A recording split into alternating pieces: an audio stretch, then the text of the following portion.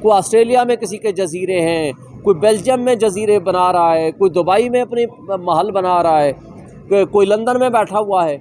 بھائی اگر آپ اس ملک کو جنت بنائیں تو اس جنت میں 25 کروڑ عوام بھی رہیں، آپ بھی رہیں، اور آپ کو کوئی سیکیورٹی کی ضرورت نہ پڑے۔ اور جو واقعہ رات کل خضدار میں ہوا ہے، ہم اس کی مذمت کرتے ہیں۔ بھائی یہ دہشت گردوں کے خلاف آپ اپنی انرجی استعمال کرو۔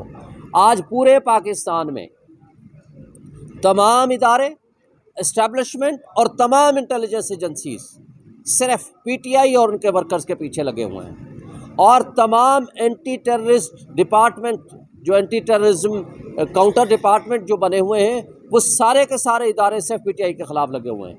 99% ایف آئی آریں ساری کے ساری پی ٹی آئی کے ورکرز کے خلاف ہیں۔ میں خود آپ کے سامنے کھڑا ہوں، 19 ایف آئی آریں پچھلے ایک سال میں الیکشن جیتنے کے بعد میرے خلاف درج کی گئی ہیں، اور اس سے پہلے کبھی کوئی ایف آئی آر نہیں۔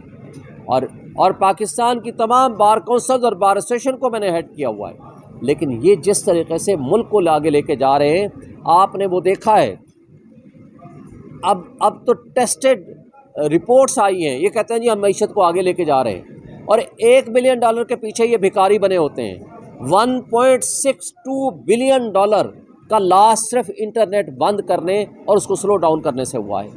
ان بدبختوں سے پوچھیں، ان کٹ پتلیوں سے، ان اردلیوں سے پوچھیں، آپ سوال کریں، اس کا پاکستانیوں کا یہ جو نقصان کیا ہے، جو یوتھ کا نقصان کیا ہے، نوجوانوں کا نقصان کیا ہے، ہمارے کاروبار کا نقصان کیا ہے، اس کی ذمہ داری کس کے سر آئے گی؟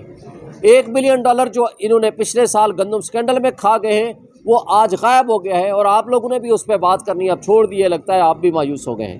اس پہ پوچھیں ان سے کہ وہ کون ذمہ دار ہے، اس کی رپورٹ کہاں ہے۔ اس سے آگے چلیں، ابھی پچھلے ایک سال کی رپورٹ، 1.30 کروڑ افراد مزید سطح غربت کی لکیر سے نیچے چلے گئے ہیں۔ تقریباً نصف آبادی سطح غربت کی لکیر سے نیچے چلی گئی ہے۔ وہ کیوں ہے؟ اس لیے کہ یہ معاشی تباہی یہ اس لیے لا رہے ہیں کہ آپ نے، عوام نے تو ان کو ووٹ نہیں دیا۔ اب ان کو جو کٹ پتلی کو مسلط کرنے والے ہیں، یہ صرف اس کی خوشنودی کے علاوہ ان کا کام ہی کوئی نہیں ہے۔ تو جو جمہوریت کے بغیر، آئین کے بغیر، قانون کی حکمرانی کے بغیر اور نظام انصاف کی درستگی کے بغیر دنیا میں کوئی ترقی نہیں کرتی، دنیا میں کوئی انویسٹمنٹ لے کر نہیں آتا، اور ترقیاں انویسٹمنٹ کے ذریعے کاروبار پیدا کرتی ہیں اور وہ روزگار پیدا کرتی ہیں۔ اس کے بغیر کچھ نہیں ہوتا۔ آج آپ کے لوگ برین ڈرین ہو رہا ہے، جو پڑھا لکھا بندہ ہے وہ ملک سے باہر جا رہا ہے، جس کو موقع ملتا ہے، اور جو پیسہ ہے وہ ملک سے لے کے